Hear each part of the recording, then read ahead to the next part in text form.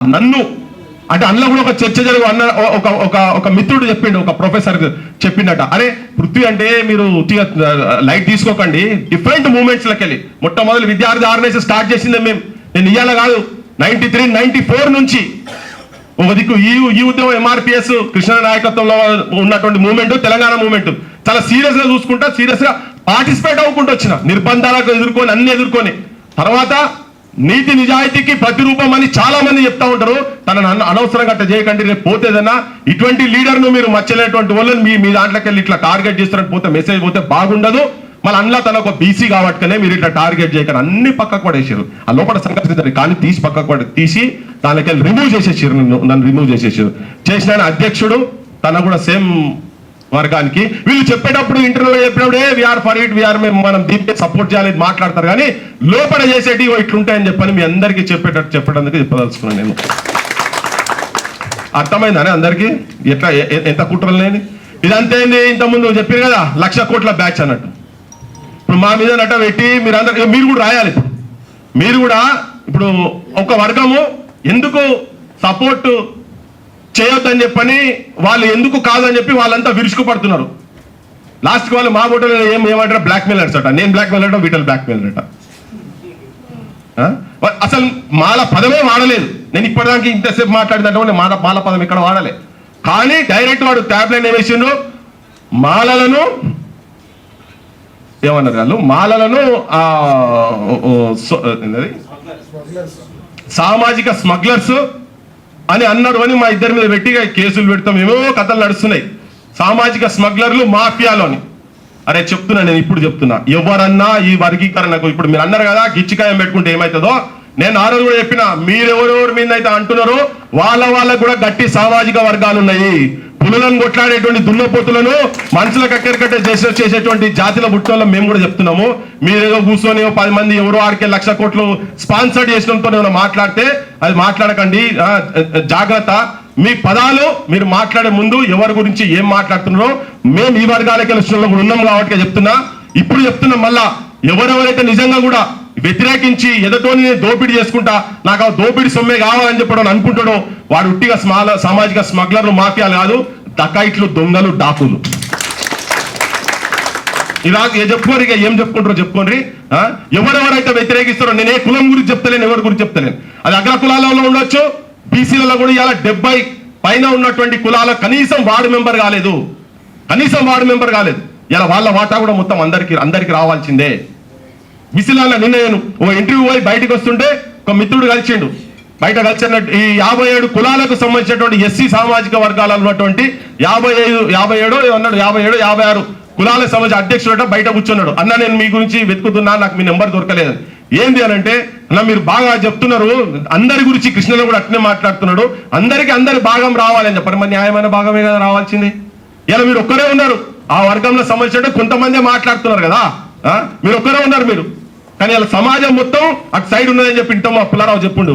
90% మొత్తం ఉన్నది, 99% అందరూ మొత్తము సమాజం మీద న్యాయమైన డిమాండ్ అని అంటున్నారు. కానీ బయటకు వచ్చి మాట్లాడతలేరు. ఇలా బయటకు వచ్చి మాట్లాడాల్సిన అవసరం ఉంది. ఔరేక్ దక్క, ఎందుకంటే వాళ్ళు ఏంటంటే వాళ్ళ దగ్గర ఉన్నటువంటి ధన బలంతో, మీడియా బలంతో దుష్ప్రచారం చేస్తున్నారు, దుర్మార్గం చేస్తున్నారు. ఇట్లా ఔరేక్ దక్క తెలంగాణ పక్క అని అనుకున్నాము, ఇలా ఔరేక్ దక్క వర్గీకరణ పక్క. ఇలా సమాజం సైలెంట్ కూర్చోదు. ఇప్పుడు చెప్తున్నారు మీకేం సంబంధం, నేను సామాజిక బాధ్యత చెప్పినా కదా. ఓ ఇంట్లో మన పక్కింట్లో ఉంటారు భయ, పెళ్ళ మగడు ఉంటారు, మొగడు పెళ్ళని రోజు పొద్దున పొట్టు కొడుతున్నాడు. ఆమె బయటకు వచ్చి ఇంటి పక్కన ఇంటి చుట్టాలని, అయ్యో నా మొగడికి ఇట్లా కొడుతున్నట్టు ఇట్లా అంటే, నన్ను సాగ కొట్టాను గంటగానే వెతుకు కొడుతున్నాను. భయ నేను కట్టుకున్న పెళ్ళాం కాబట్టి నేను ఎట్లైనా కొట్టుకుంటా, నా పెళ్ళాం అది నా ఆస్తి, నేను ఎట్లైనా కొట్టుకుంటా అని చెప్పని నువ్వెవరో మాట్లాడేందుకు అని చెప్పి బయట మాట్లాడుతున్నది వీళ్ళది. అదే నేను చెప్తున్నా, మీకు జాస్వానే చెప్పింది కదనే, అంటరానితనం అనేది మీ దాంట్లో ఉందని.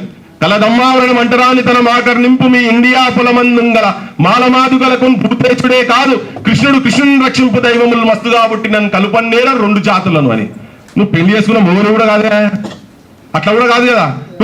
మీలో పట్ల ఉన్నది కదా. సమాజం మాట్లాడుతుంటే ఎవడు మాట్లాడద్దా? ఇది ఎక్కడ బెదిరింపులు నాకు అర్థం కాదు. ఇదేనా అంబేద్కర్ చెప్పినటువంటి నీ సోషలిజం, అంబేద్కర్ చెప్పినటువంటి సమానత్వం ఇదేనా? మీరా మాట్లాడి మళ్ళీ పొద్దున్న లేసా ఇది యాంటీ అంబేద్కర్ రైట్ అట. అంత మెసేజ్ లో ఉన్నది ఈ హేట్స్ అంబేద్కర్ అని చెప్పిండు. అరే ఇది బూత్.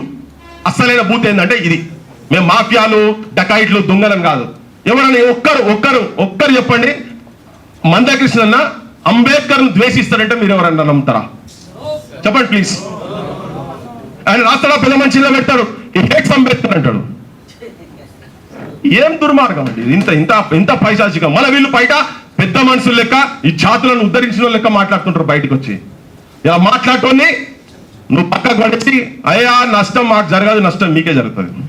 మేము సమాజంలో ఉన్నాం, మేము కిందకెళ్ళి ప్రతి పోరాటంలో ఉన్నాం. ఎక్కడ ఏ అవుతాం నీ లెక్క జీతాలు తీసుకొని ఇలాంటి జీతం 4,60,000 అది కరెక్ట్ తెలియదు కానీ ప్లస్ ఒక 1,00,000 రూపాయలు అడిషనల్గా వస్తాడు. నువ్వు పుణ్యం చేస్తలేవు. మా జీవితాలు వదులుకున్నాం, నీకన్నా ఎక్కువ చదువుకున్నా నేను. ఆకునూరు మురళి గారు నీకన్నా ఎక్కువ చదువుకున్నాం. నువ్వు ఒక ఇంజనీరింగ్ చేసినావు, నేను WMBA PhD. నేను మా శరత్ PhD, ఎల్లన్నా PhD. మేము చదువుకున్నాం సమాజం గురించి. వాడు నౌకరు వదిలిపెట్టొచ్చిండు. మేము జీవితాలు త్యాగం చేసి ప్రజల గురించి ప్రజల పక్షాలు ఉంటందుకు వచ్చినాం. మా గురించి మాట్లాడి మా గురించి ఓటు వేసేంత పైసాకి ఇంతమంది కూడా లేదు మీకు. ఎందుకంటే మీరు వాళ్ళ దగ్గర కూడా పనిచేసారు, అన్ని రాజకీయ పార్టీల దగ్గర జీతాలు తీసుకొని తొత్తులు లెక్క పనిచేసారు. మేము జనం లోపల జనం గురించి ప్రాణాలకు ఆ ప్రాణ త్యాగం చేసేందుకైనా కానీ ఏ టైం ఎట్టుంటుందో తెలియకుండే నెలల కొద్ది ఇండ్ల దిక్కు కూడా చూడకుండా పోయి తిరిగిన వాళ్ళం కాబట్టి మాకు హక్కు ఉన్నది మాట్లాడేటువంటి నీ అసంటానికి లేదు. నువ్వెవరే అసలు నాకు అర్థమైతే లేదు. ఇవాళ పోయి కూడా వాడు ఉన్నావు బయట సమాజం చెప్తున్నా ఉద్ధరిస్తాను. మేము అన్ని తిరిగినాం, బళ్ళన్నీ తిరిగి మేము ఒక 6 డాక్యుమెంట్లు మా శేఖర్ వీళ్ళందరూ చూసిండ్రు. ఆ డాక్యుమెంట్ చూసి స్టడీ చేసినాం. నువ్వు కొత్తగా చేసేది ఏందా? ఇప్పుడు మళ్ళీ పోయాట ఊర్లలో పంట పోయి బడి నిధులను చేసుకుంటే ఆఫీసర్లను తీసుకుపోయి కొత్త రిపోర్ట్ అట్లా తయారు చేసి తీసుకొస్తారట. ఆల్రెడీ మేము తిరిగినాం కదా 2 సంవత్సరాలు, సంవత్సరంన్నర. దేని గురించి తిరిగినాం మరి? అవన్నీ తయారైన కొత్త తయారు చేసేదండి. ఇవన్నీ కాదు. జీతం కావాలి, గవర్నమెంట్ కావాలి, హోదాలు కావాలి. మాకు కూడా నేను కూడా కావాలని నేను మంత్రి కొడుకును. నన్ను చాలా మంది అడుగుతారు. అరే నువ్వు ఉన్నది చదువుకున్నావు, అన్ని ఉన్నావు, కొట్లాడతావు, మాట్లాడతావు, నువ్వెందుకైతే లేవని చెప్పని అన్నాడు. నేను రాజకీయం నన్ను ముందు అడిగిరు, నీ రేవంత్ నీ ఎంబడే తిరిగేదట కదా, రేవంత్ ముఖ్యమంత్రి అని నువ్వు ఇట్లున్నావు అంటే, రేవంత్ పార్టీలు ఎంబడి తిరిగిండు, సమస్యలు కాదు పైసలు పవర్ గురించి తిరిగిన రేవంత్. మేము ప్రజా సమస్యల గురించి తిరిగిన కాబట్టి ఇట్లా కొట్లాడుతున్నాం. మా సొంతల గురించి మేము పేద ప్రజలకు తరఫున్నాం. నోరు లేని వాళ్ళకు నోరైనాం. మేము వాయిస్ ఆఫ్ ది వాయిస్లెస్ అయినాం. మేము అయితాం. రాజకీయాలకు మేము కూడా దూరం కాదు.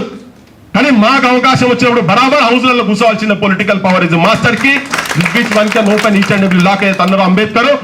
దాని తరఫుకి ఉంటాం. ఓన్ దగ్గర పోయి బానిసత్వం చేసి వ్యక్తిత్వాలను చంపుకొని సమాజం ముంగడ ఒక ముఖము బయట ఒక ముఖము మాస్కులు వేసుకొని తిరగటం కాదు మేము. లేదా ఎవరు క్వాలిఫై ఉన్నారు ఇప్పుడు కూర్చున్న దాంట్లో ఒక్క ఎమ్మెల్యేను ఎవరన్నా ఒక ఎమ్మెల్యే ఇలా మొత్తం వింటారు. హాల్లో చెప్తున్నా 90% ఆఫ్ ద హాల్లో ఒక్క ఎమ్మెల్యే ఇంట్లో ఉన్న దాంట్లో కన్నా తెలుగు వాళ్ళు ఉంటే ఒక్కడిని చూపించండి. ఒక్కడు, ఇంక్లూడింగ్ మంత్రులు. రాజకీయంగా ఏ దందాలు చేస్తే ఎన్ని పైసలు వస్తాయో గవాటి గురించి మాట్లాడమంటే దాంట్లో పర్ఫెక్ట్ అవి మాకు తెలియదు. కానీ సమాజం గురించి ప్రపంచ జ్ఞానం గురించి ఒక్కొక్కరు ఒక్కొక్క రకంగా అద్భుతంగా మాట్లాడింది. ఒక్కొక్క అంశం మీద అద్భుతంగా. అది లేదు. కానీ రాజ్యాధికారం సైడ్ పోవాల్సిందే, తప్పకుండా పోవాల్సిందే. అందుకే చెప్తున్నా, మీరు ఇలా ఎటువంటి వాళ్ళ మీద మా జయతిరి తిరుమలరావు సార్ మీద పెట్టి చెప్తా, అరే పొద్దున్న లేస్తే ఛత్తీస్గఢ్ అడవులు, ఎక్కడెక్కడ జార్ఖండ్ అడవులు, నేను తను కూడా కలిసి తిరిగినాం. తన హోల్స్ తెలిసినప్పటి నుంచి, తన యూనివర్సిటీలో జాయిన్ అయినప్పటి నుంచి ఈ అంటరాని జాతులు కావచ్చు, వాటికన్నా ఇంకా కింద ఉన్నటువంటి వాళ్ళ దగ్గర కూడా జంగలకు పోయి, అరే నువ్వు ఆకునూరు మురళి నువ్వు పోయి చెంచులకు పనిచేసినావా? మేము చేసినాం రావా? నీ ఆఫీసర్గా నువ్వు ఎప్పుడైనా పోయి టెంట్లు వేసుకొని నువ్వు విశాలంగా పోయి అవన్నీ నాకు చెప్పినావు, నువ్వేమేమి చేసినావు? క్యాస్టిస్ట్ అని మాట్లాడింది. నేను ఒక మాట ఇంకోటి అన్న మాట్లాడేటప్పుడు క్యాస్టిస్ట్ రిలీజన్, అది నీ కులం లేదా? నువ్వు కుల సంఘాల మీటింగ్లకు పోలేదా? నేనే దించిన నిన్ను. పృథ్వీరాజ్ గా నేనే దించిన. ఆకునూరు మురళి గారు మిమ్మల్ని కుల సంఘాల మీటింగ్ పోగా నేనే దించిన. మీ వాళ్ళు పెట్టారు ఇలా క్యాస్టిస్టులకు మనం దూరం ఉండాలి అంటారు.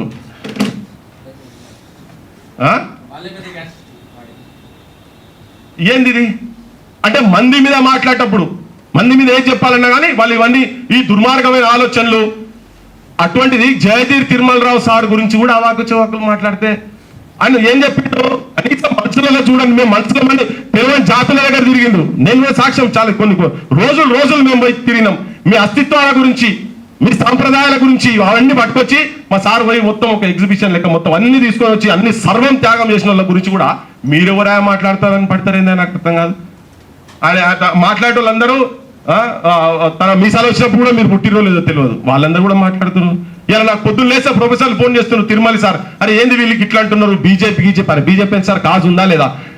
వాళ్ళు కాజును దెబ్బతీసేందుకు నిజమైన న్యాయమైన ధర్మమైన వర్గీకరణ డిమాండ్ ను దెబ్బతీసేందుకు కావాలని మందకృష్ణ మాదిగ గారి క్యారెక్టర్ అసాసిన్ చేసే పనిలో పడ్డారు. నిన్న ఒక దగ్గర మాట్లాడి అదే చెప్పిన, సంవత్సరం కింద కొట్లాడింది కదా, నీ భయాల్లో కలిపినప్పుడు కదా, మరి నీ పార్టీ చేసినప్పుడు మంచోడు, మరి నువ్వు చేయలే కదా, పోతాడు బరాబర్ పోయిండు. అంటే ఈ క్యారెక్టర్ అసాసిన్ చేసే భాగంగా ఈ ప్రొఫెసర్ అందరూ గోయింగ్ ఈ పిఎల్వికి ఫోన్ చేస్తారు, అందరికి ఫోన్ చేస్తున్నారు. వాళ్ళు ఫోన్ చేసి వీళ్ళను థాట్ పోలీసింగ్ చేస్తున్నారు, కన్ఫ్యూజ్ చేస్తున్నారు. ఇవో నాకు చెప్పినట్టుగానే మీకు మచ్చలేదు సార్, మీరు కూడా ఎంతో త్యాగాలు చేసి పోరాటానికి మీరెందుకు పోతారని చెప్పండి. కానీ బరాబర్ ఇవాళ సమాజము నిజంగా కూడా ఎట్ సైడ్ ఉండాలి. ఇవాళ ఇక్కడ మాట్లాడినప్పుడు ఒక రెడ్డి సామాజిక వర్గంకి వెళ్ళి వచ్చి మాట్లాడిండు, మా ఇస్మాయిల్ భాయ్ మాట్లాడిండు, బీసీలోకి వెళ్ళమాట. ఇంకొక ఫోన్ కాల్ నాకు వచ్చింది, పేరు చెప్పాలని తెలియదు కానీ ఒక బీసీ మిత్రుడు రేలా విజయ్, సరే చెప్తున్నా, రేలా విజయ్ ఫోన్ చేసాడు పొద్దున. అన్నా నువ్వు మాట్లాడింది విన్నా, నువ్వు సపోర్ట్ చేస్తున్నావు, నేను ఇప్పటివరకు ఎంఆర్పిఎస్ దాంట్లోకి ఎప్పుడు పోలేదన్నా, కానీ అది మంచి వచ్చాడో నాకైతే తిరగలే అన్నా, నువ్వు సపోర్ట్ చేస్తున్నావు వాటికి అది మంచిదన్నా, మేమందరం ఇక్కడ సపోర్ట్ చేస్తున్నావు అన్నా. సమాజంలో మాకు కూడా గుర్తింపు ఉన్నది. దయచేసి మీరు మాట్లాడే ముందు జర జాగ్రత్తగా నా కుటుంబ నేపథ్యం, మా నాన్న, మేమేం చేసినామో ఇంకా అవి చాలా ఉన్నాయి, చరిత్ర చెప్పుకుంటూ పోతే శాతాడు పొడుగున్నాయి. మీరు ఇనలేక చెవులు బలగాలి మేము చెప్పదలుచుకుంటే. అందుకని మీరు ఎవరి గురించో మాట్లాడినట్టు నీకేంది, మీ ఎదుగుదల కూడా మా బోటలు ఉన్నాయి. సమాజంలో ఈవెన్ బీసీ కులాలను కూడా ద్వేషించే వాళ్ళు ఉండొచ్చు, కానీ మేము కూడా మీ హక్కున చేసుకొని మా గుండెలు దాచుకొని మేము కూడా కొట్లాడినటువంటి కుటుంబాలు మావి కూడా ఉన్నాయి తెలంగాణలో. ఇలా అందుకే మాట్లాడుతున్నాం. మేము ఎందుకు మాట్లాడుతున్నాం? నాకు మందకృష్ణతో పెద్ద గోళీల దోస్తాను లేదు, ఉద్యోగంలో కూడా తనతో ఎప్పుడు పెద్దగా భాగస్వామ్యం కాలే. కానీ ఎక్కడ కూర్చున్నా, ఎక్కడ మాట్లాడినా, ఎక్కడ నెవర్ అసలు పంచాయతీ చెప్తా. అసలు పంచాయతీ ఎక్కడ వచ్చిందంటే ఒక ఇంటర్నల్ మీటింగ్ లా ఒక పెద్ద మనిషి మందకృష్ణ వాడు అన్నాడు. నిన్న వాడు ఎట్లా అంటారు మీరు?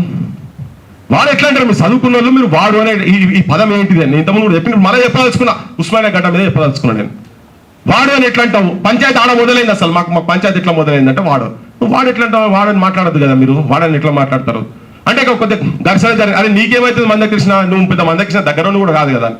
కాకపోవచ్చు నువ్వు ఒక ఉద్యమాలు చేసేటువంటి ఒక వ్యక్తిని, ఒక సమాజంలో భారతదేశంలో ఒక ఉదాహరణగా నిలుస్తున్నటువంటి ఒక పోరాటానికి నాయకత్వం వహిస్తున్నటువంటి ఒక వ్యక్తిని నువ్వు అట్లా మాట్లాడు. ఒక పాలిటిషియన్ గురించి మాట్లాడితే ఏమనుకో, ఓ ముఖ్యమంత్రి గురించి కూడా నువ్వు మాట్లాడు, ఏమన్నా నేను పెద్ద ఆబ్జెక్షన్స్ ఏం లేవు.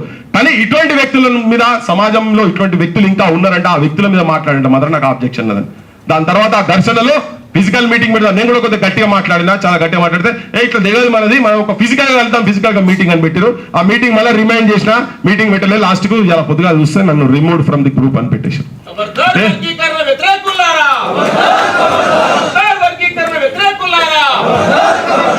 అయితే ఈ మెసేజ్ అంతా బయట తీసుకుపోతున్నారు, వ్యక్తిని లేని బట్టగాల్చి మీదేసేటువంటి ప్రయత్నం చేస్తున్నారు. ఇప్పుడు కొంతమంది అంతకుముందు మాట్లాడిన వాళ్ళు కూడా, సపోర్ట్ గా మాట్లాడిన వాళ్ళు కూడా ఈ కీలక దశకు వచ్చే వరకు వాళ్ళందరినీ థాట్ పోలీసింగ్ చేస్తున్నారు. కాబట్టి వాళ్ళందరి తరఫుకెళ్ళి కూడా ఈవెన్ నేను ఒకటి ఏంటంటే మీకు విజ్ఞప్తి చేసేది ఏంటంటే, ఇప్పుడు వాళ్ళు చెక్కులు పట్టుకొని వచ్చారు, ఎలా అన్నాడు మీకు చెక్కులు ఉండొచ్చు, మా దగ్గర డప్పులు ఉన్నాయని చెప్పని వాళ్లకు వినబడేటట్టుగా మీ కళాలు తీసుకొచ్చి ముంగడ పెట్టి ఈ ఉద్యమం గురించి మీకు తెలిసింది, ఈ ఉద్యమం గురించి ప్లస్ సపోర్ట్ చేస్తున్నటువంటి శక్తుల గురించి సమాజానికి కూడా. ఇప్పుడు వాళ్ళు ఏమైపోయిందంటే పొద్దున్న లేసే కోయిల కూతలు కూర్చున్నాం అనుకుంటారు, కానీ మన కాకి కూతలతోని అద్భుతంగా నిజంగా కూడా ఇది ఎందుకు సమాజం అంటే ఒక మిస్ఇన్ఫర్మేషన్ స్ప్రెడ్ చేసే ప్రయత్నం చేస్తున్నారు కదా, అది కాకుండా ఉండేటందుకు ఇది ఎంత జెన్యూన్ డిమాండ్, సమాజం అందరూ ఎట్లా కలిసి రావాలో మిట్టప్పలేదు చెప్పి దండం పెట్టి చెప్తున్నాం అన్నట్టుగా వాస్తవాలు స్టాటిస్టికల్ డేటా ఏదో 54 పేజీలు వేసి ఉషామైరా కమిషన్కి వెళ్ళి తెలిసి ముంగడ పెడుతున్నట. మేము ఎలక్షన్లకు వచ్చేటువంటి ఏ రాజకీయ పార్టీ కూడా మేనిఫెస్టోలో వర్గీకరణ మేము వ్యతిరేకం అని చెప్పని ఎవరైనా వచ్చిండ్రా? ఏ కమిషన్లు వేసినా అన్ని కమిషన్లు ఫేవరబుల్ గా ఇచ్చినాయి కదా. దళిత్ ప్రెసిడెంట్ కూడా ఇచ్చిండు కదా. ఇచ్చిన తర్వాత కూడా మీరు వ్యతిరేకిస్తున్నారంటే సమాజం మిమ్మల్ని ద్వేషించుకుంటది, తస్మాత్ జాగ్రత్త. రేపు ఏ కాకుండా కాబోతున్నారు మీరు, మీ అహంకారంతో, మీ దుష్ప్రచారాలతోటి, మీ అబద్ధాలు తప్పుడు ప్రచారాలతో మీరు రేపు పొద్దుగాల సమాజంలో దోషులుగా నిలబడబోతున్నారు. మీరు అనవసరంగా మచ్చల మీద మచ్చ తీసుకొచ్చే ప్రయత్నం చేస్తే మీరు జీవితాంతం కడుక్కోలేనటువంటి మచ్చలు మీ మీద పడతాయని చెప్పి మీ అందరికి విజ్ఞప్తి చేస్తూ, అన్న కూడా మాట్లాడుతున్నారు కాబట్టి అందరికి ఆకలి అవుతుండొచ్చు. I'm sorry. నావి నిడితేనట నవాబ్తో కొట్లాడొచ్చట. మన నావి అంతా ఖాళీ ఉన్నది, కానీ అన్న మాట్లాడితే నావి నిండిపోయినట్టు అవుతుంది. So thank you. నేను ఈ మూమెంట్ కు, ఈ నాయకత్వానికి ఏది ఏం జరిగినా ఏది ఏమైనా ఉంటే, యాక్చువల్గా నాకు రాత్రి 103 ఫీవరు. ఇప్పుడు పొద్దున నేను ఇంతసేపు మాట్లాడితే ఇంతసేపు కూర్చుంటా అనుకోలేదు, మీ అందరు మాట్లాడుతుంటే నేను కూర్చున్నా, గోళీలు వేసుకొని కూర్చున్నా. ఏదైనా ఏది ఏం జరిగినా కానీ వర్గీకరణ ఉద్యమానికి మాత్రం 100కు 100% ఎట్లయితే తెలంగాణ ఉద్యమానికి మనసావాచాకరం అన్ని వదిలిపెట్టుకొని ఎట్లయితే తిరిగినామో, ఈ డిమాండ్ కూడా 100% అట్లే ఉంటాం.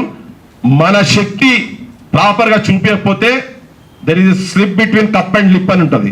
ఛాయ్ తాగేటప్పుడు స్లిప్ అవుతుంటది కదా, ఆ స్లిప్ లెక్క పోయే ప్రమాదము ఉన్నది. కాబట్టి ఒకవేళ అటువంటి విధంగా జరిగేది ఉంటే రాజకీయ పార్టీలకు, దీన్ని వ్యతిరేకిస్తున్నటువంటి రాజకీయ పార్టీలకు, దీన్ని వ్యతిరేకిస్తున్నటువంటి డిఫరెంట్ కమ్యూనిటీస్ కు భూస్థాపితం అవుతుంది భవిష్యత్తులో అనే హెచ్చరిక చేయాల్సిన అవసరం ఉంది. Thank you so much.